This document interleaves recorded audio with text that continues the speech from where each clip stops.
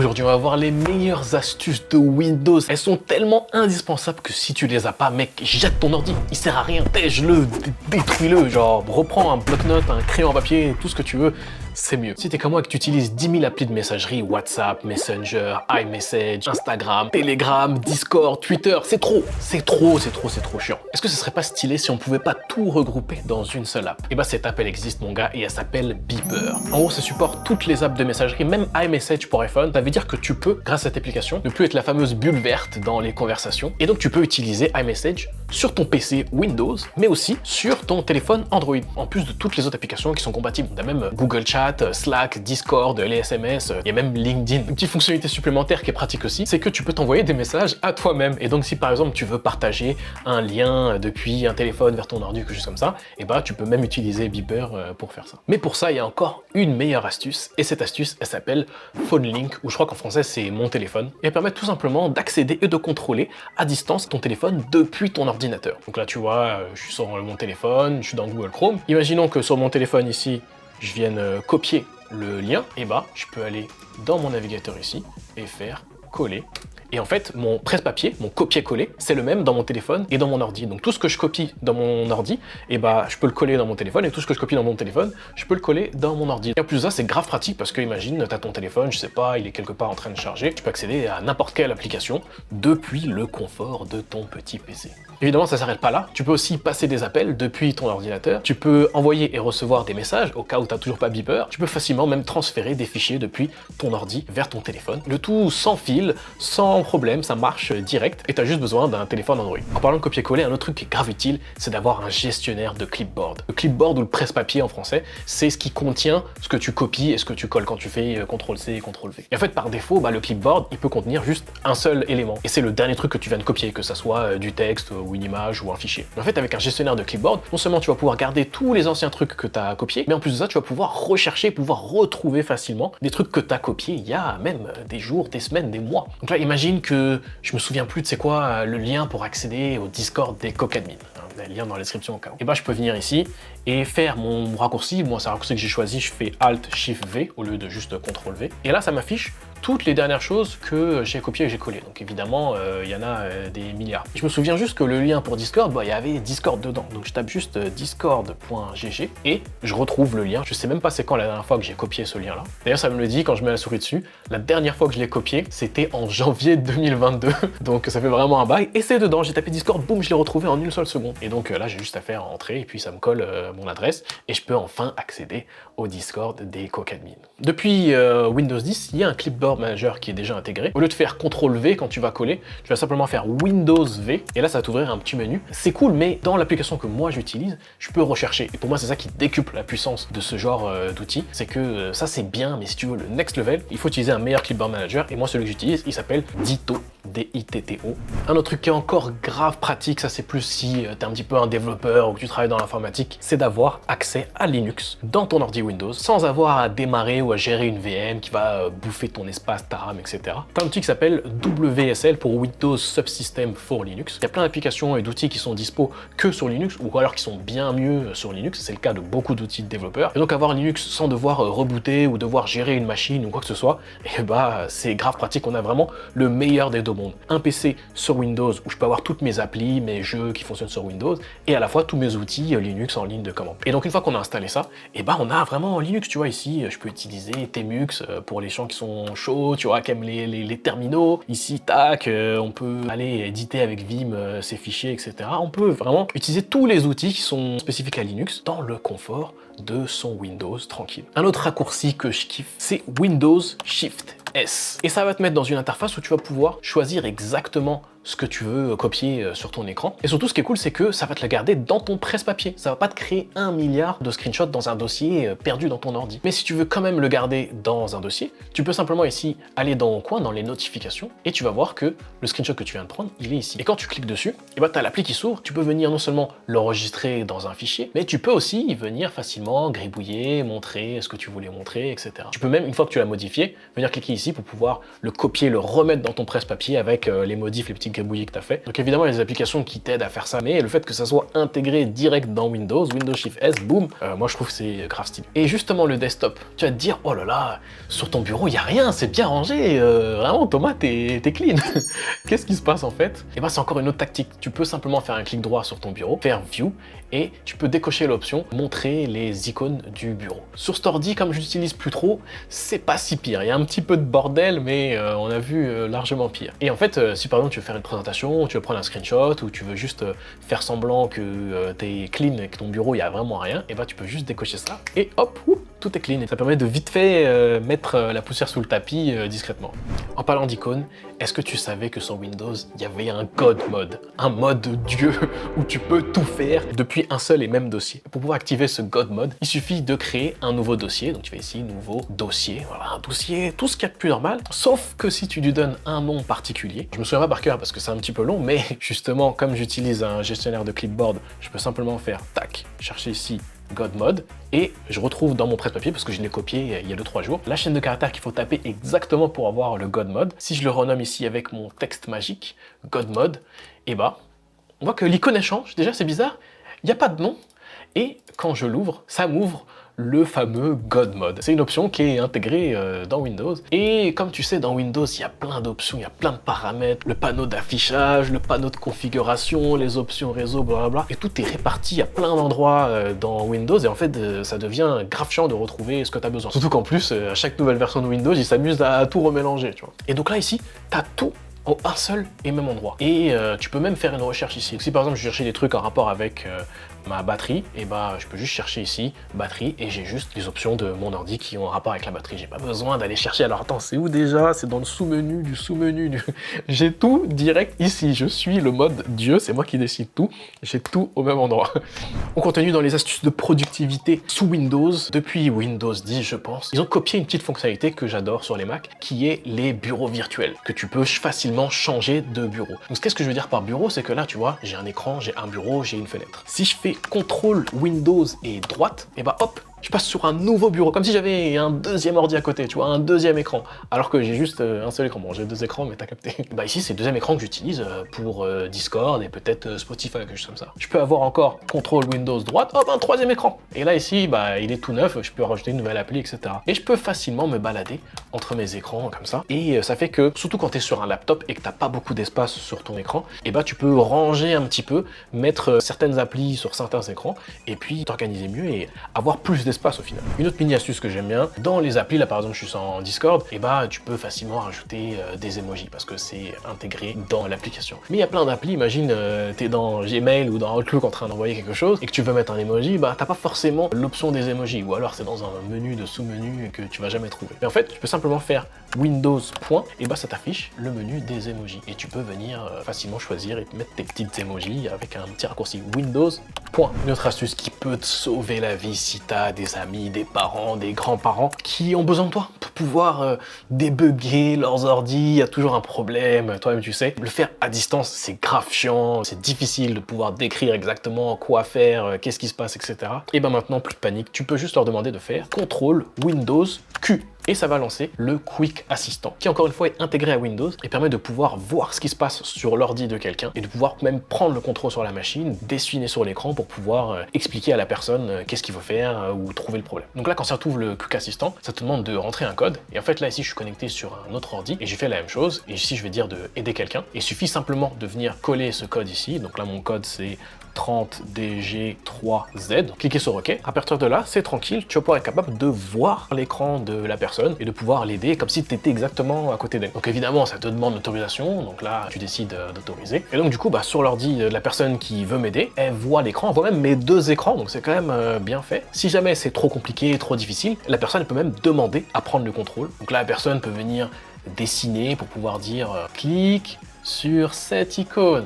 Et là, la personne est arrivée, peut faire cliquer sur cette icône. T'as compris le concept, c'est que tu peux prendre l'accès et régler le problème plutôt que de discuter pendant une demi-heure pour pouvoir ouvrir un lien Google Chrome, tu vois. La prochaine, elle est grave pratique, j'utilise tout le temps. C'est d'ajouter des moteurs de recherche personnalisés dans son navigateur. Par exemple, si je veux traduire du texte, au lieu d'aller sur, par exemple, DeepL.com, de rentrer ce que j'ai besoin de traduire, je peux directement ici faire TRA, Tab, Et puis après, je peux mettre le texte que j'ai envie de traduire. Et si je mets subscribe to Cocadmin, entrée, et boum, ça arrive direct sur DeepL et ça rajoute directement ce que j'ai mis dans l'URL et ça me traduit directement. Et en fait, ça peut marcher pour tout et n'importe quoi. Par exemple, si je veux l'utiliser pour rechercher des fichiers que j'ai mis dans le cloud, dans mon K-Drive de Infomaniac, qui est le partenaire de cette vidéo, je peux simplement venir dans mon drive ici, où là, j'ai des fichiers, j'ai des vidéos, faire une recherche, n'importe quoi. Par exemple, ici, je cherche ASD, et ben je vais regarder dans l'URL. Et dans l'URL ici, je vois que mon ASD, il est là où il est marqué query. Et donc, je vais copier cette URL ici, je vais aller dans les paramètres de mon navigateur, et je vais aller ici dans Search Engine, ou moteur de recherche, et je vais scroller jusqu'à voir cherche sur un site. Et ici, je peux ajouter n'importe quel site, n'importe quelle URL que je veux. Et donc là, je vais pouvoir ajouter une nouvelle, et je vais ici mettre mon moteur de recherche custom, que je vais dire par exemple K-Drive. Le shortcut, ça va être ce que je vais taper dans la barre de recherche pour pouvoir y accéder rapidement. Donc là, par exemple, je pourrais mettre juste K, et l'URL, ça va être l'URL qui permet de faire la recherche. Donc là, si je colle l'URL, et ben je peux juste remplacer le ASD ici, que j'avais mis dans ma recherche, j'ai mis n'importe quoi, hein, et le remplacer par %S. Et %S, c'est ça qui va faire comprendre à mon navigateur que ce que je vais chercher après mon raccourci K, et ben c'est ça qu'il faudra remplacer dans l'URL. Et c'est ça qui fait que je pourrais chercher des trucs vite fait. Donc là, si je fais ajouter, je peux venir dans n'importe quel tab et faire mon raccourci qui est K. Ensuite, je fais tab. Et là, ça me met directement dans un mode de recherche. Tu vois, ça me met rechercher sur K-Drive. Et je peux taper ce que j'ai envie de chercher. Par exemple, si je veux retrouver des vidéos dans mon drive, bah, je mets MP4 parce que je sais que ça finit par MP4. Et ça va aller directement sur mon K-Drive, faire la recherche pour MP4 et m'afficher les résultats directement et me sauver des précieux clics et me faire aller à la vitesse de la lumière. Évidemment, ça marche pour n'importe quel site qui a une fonction de recherche. Donc là, par exemple, j'ai rajouté mes emails et le raccourci que j'ai utilisé, c'est mail. Et bah, je peux facilement faire ici mail, tab, et ici chercher par exemple merch, et puis ça va aller dans mes emails, me faire une recherche directement et pouvoir trouver ça super rapidement. En passant, j'en profite pour vous montrer quelques outils qui sont dispo dans la K-Suite d'Infomaniac. Le plus gros avantage, c'est que c'est gratuit, c'est-à-dire que tu peux avoir une ou plusieurs adresses email. Tu as le K-Drive où tu peux héberger, garder tes fichiers, tu as jusqu'à 15 Go il me semble gratuit. Puis après, tu as plein d'autres outils comme K-Chat, K-Meet pour pouvoir faire des conférences vidéo. Tu as plein d'autres outils de productivité. Tu peux travailler dans le cloud directement sur tes documents Word, Excel, PowerPoint, etc. Et tu as plein d'autres petits outils que j'aime bien moi aussi, comme par exemple Swiss Transfer qui permettent d'envoyer des fichiers jusqu'à 50 Go gratuitement, donc facile pour pouvoir partager des fichiers de manière aussi sécurisée parce que tes fichiers vont être chiffrés. En plus de ça, ils vont être hébergés en Europe, en Suisse, dans leur data center que j'ai déjà visité. Donc comme je dis, tous ces outils, tu as une version qui est gratuite, donc tu peux les tester à vie, ça te coûtera jamais rien. Mais tu as aussi les versions pro qui sont vraiment pas chères, 3,29 € par mois. C'est à peu près 3 fois moins cher que d'autres services du même type. Alors que là, tu vas avoir plus de stockage, plus d'adresses email et tu vas être sûr que tes données resteront en Europe. Donc je te laisse le lien dans la description si tu veux aller regarder ça et merci encore à Infomaniac pour avoir sponsorisé cette vidéo. Un autre outil que moi j'avais jamais entendu parler avant de préparer cette vidéo, c'est un outil qui s'appelle Step Recorder ou enregistreur d'étapes. Et c'est grave utile si par exemple tu as besoin de faire de la documentation ou si tu as besoin d'expliquer quelque chose à quelqu'un ou tu as besoin de faire des devoirs ou tu dois prouver les étapes que tu as faites. Et ben Step Recorder il va faire tout ça automatiquement. Tu vas cliquer sur créer un enregistrement et tu vas faire tout ce que tu as besoin de faire sur ton ordi. Donc là par exemple quand j'ai ajouté un nouveau moteur de recherche custom, et bah ça m'a fait des screenshots à chaque étape avec une petite description de ce que j'ai fait. Sans moi là j'ai rien tapé, j'ai fait aucun screenshot, rien du tout, ça a tout fait pour moi. Donc là ça dit par exemple ouvrir un nouvel onglet, cliquer dans la barre d'adresse, ensuite ça dit que j'ai cliqué dans les paramètres et que je suis allé dans Search Engine, j'ai scrollé, j'ai cliqué sur ajouter, etc., etc. Ça a pris toutes les étapes, tout ce que j'ai cliqué, tout ce que j'ai tapé, ça a pris des screenshots et ça fait un petit document comme ça que je peux exporter facilement et bim boum boum, ça m'a simplifié la vie. Un autre outil que tu vas grave kiffer si t'es un power user, si t'es quelqu'un qui veut customiser au maximum, utiliser le maximum de sa machine, ça s'appelle les Power Toys pour les power users. Et les Power Toys, c'est des outils qui sont développés par Microsoft. Les développeurs de Windows, ils se sont dit « Ah, ça serait cool si on ajoutait telle fonctionnalité, si on pouvait faire ça, etc. » Sauf que parfois, c'est des trucs qui sont juste trop compliqués pour les utilisateurs normaux. Donc, ce qu'ils ont fait, ils se sont dit « Bon, on va les faire quand même, mais on va les mettre de côté, on va les appeler les Power Toys, et du coup, ils sont disponibles sur GitHub, ils sont open source, on peut les installer et débloquer plein de petites fonctionnalités super stylées pour Windows qui sont pas de base. Et donc ça, c'est la liste de tous les Power Toys, tous les petits outils et les petites fonctions et les petits paramètres à débloquer. Moi, je vais te montrer ce que je préfère. Le premier, c'est les Fancy Zones. Donc, tu as le truc de base où tu sais, quand tu mets ta fenêtre sur le côté, et bah ça peut prendre la moitié de l'écran ou des choses comme ça. Mais les Fancy Zones, tu peux aller encore plus loin. Next level, on est des power users, tu vois, pas juste moitié gauche ou moitié droite. Moi, tu vois, par exemple, j'ai un écran ultra wide, donc j'aimerais pouvoir prendre un petit peu plus avantage de ça. Donc, en gros, ce que je fais ici, c'est que si, quand je déplace une fenêtre, j'appuie sur Shift, et bah j'ai des zones qui arrivent. Tu vois, j'ai la zone 1 et la zone 2. Si par exemple je veux avoir mon Spotify sur le côté, et bah je le déplace, j'appuie sur Shift et hop, je le mets dans la zone 2. Et donc là, tu vois, tu as des templates par défaut si tu veux 3 colonnes ou des lignes, mais il n'y a rien qui t'empêche de faire ton truc custom et dire que par exemple, bon bah je veux une super grande zone à gauche, mais que à droite, et bah je veux par exemple une petite zone et puis une grande zone, mais que en fait ici j'aimerais bien avoir quand même une petite zone à gauche et de séparer exactement comme tu veux ton écran. Un petit truc aussi que moi je fais à chaque fois que j'ai un nouvel ordi, c'est de remapper certaines touches. Par exemple, la touche Caps Lock. Elle est là sur ton clavier, elle est un parfait espace, tu vois, elle est facilement accessible, etc. Et c'est la touche la plus inutile. Je sais pas qui utilise cette touche de merde. Donc du coup, ce que je fais, c'est que je la remappe sur Échappe, qui est une touche qui est quand même assez utile, alors qu'elle est loin, elle est difficile d'accès, elle est toute petite. Donc du coup, je remappe comme ça, j'ai mon Échappe qui est facilement accessible. Donc pour ça, d'habitude, moi, je le faisais avec des registries, un truc un peu relou, où t'as peur d'éclater toute ta machine. Là, tu peux facilement ici faire remapper une touche, et puis tu peux choisir ici que par exemple, je vais sélectionner Caps Lock, ok. Voilà, tu vois, ça marque Échappe parce que j'ai déjà mis. Mais t'es pas obligé de remapper une touche à une autre touche. Donc, par exemple, ce que tu peux faire, c'est de remapper, par exemple, imagine, je sais pas, la touche Insert, elle sert à rien, tu l'utilises jamais. Donc là, tu peux dire que on va sélectionner la touche Insert, ok. Et maintenant, au lieu de faire Insert, et bah, ça va faire un raccourci. Donc là, le raccourci, je vais choisir CTRL SHIFT Échappe. Si t'es pas au courant, c'est ce qui ouvre le gestionnaire des tâches. Donc là maintenant je fais OK. Et là maintenant si j'appuie sur Insert, ça m'affiche directement le gestionnaire de tâches. D'ailleurs, petite astuce dans le gestionnaire des tâches, c'est que tu vois souvent, imagine tu veux fermer une appli, mais les applis elles bougent trop vite parce que ça se refresh trop vite. Si tu appuies sur CTRL, hop, ça se pose. Et tu peux facilement scroller et puis choisir quelque chose, fermer une application qui prend trop de ressources sans avoir à la chasser parce qu'elle est en train de changer de position dans le tableau tout le temps. Donc ça voilà, c'est les petits pro-types de power user. Hein. Là on parle de power user, donc je vous donne vraiment les vrais types. Un autre de mes préférés, c'est Run. Et en gros, ça c'est quelque chose qu'on retrouve sur Linux, sur Mac, où tu peux faire un raccourci et pouvoir facilement rechercher des choses ou lancer des applications sur ton ordi. Mais ça, sur Windows, tu l'as pas vraiment. Tu l'as un peu dans le menu démarrer ici, mais on sait tous que la recherche dans le menu démarrer, elle est un peu éclatée. Il me paraît que dans Windows 11, c'est un peu mieux, mais bon, j'y crois pas trop. Et donc là, mon raccourci, c'est Alt espace, et ça m'affiche un menu où je peux rechercher des choses. Je peux faire par exemple des calculs, hein, si je veux faire 12 divisé par 4, boum, ça permet de faire ça. Mais ça, on peut aussi le faire dans le menu démarrer de base. Mais ce qu'on va faire par exemple, c'est je peux taper des commandes. Donc imagine je fais ça et là je fais chevron, bah là je peux taper par exemple ping google.com et ça va me lancer un invite de commande avec directement ma commande. Et comme c'est un système qui est modulaire et qui est open source, bah il y a des gens qui ont petit à petit rajouté leur module. Donc ça fait que par exemple, imagine je veux calculer c'est quoi le HMD5 d'un mot de passe, je peux taper ici hashtag MD5 et ça fait ici password et ça va automatiquement me calculer un HMD5. Pareil si je veux un GUID, si je veux quelque chose d'aléatoire ou générer un ID aléatoire, boum, je peux l'avoir automatiquement. Il y a plein de petits add-ons, petits trucs comme ça.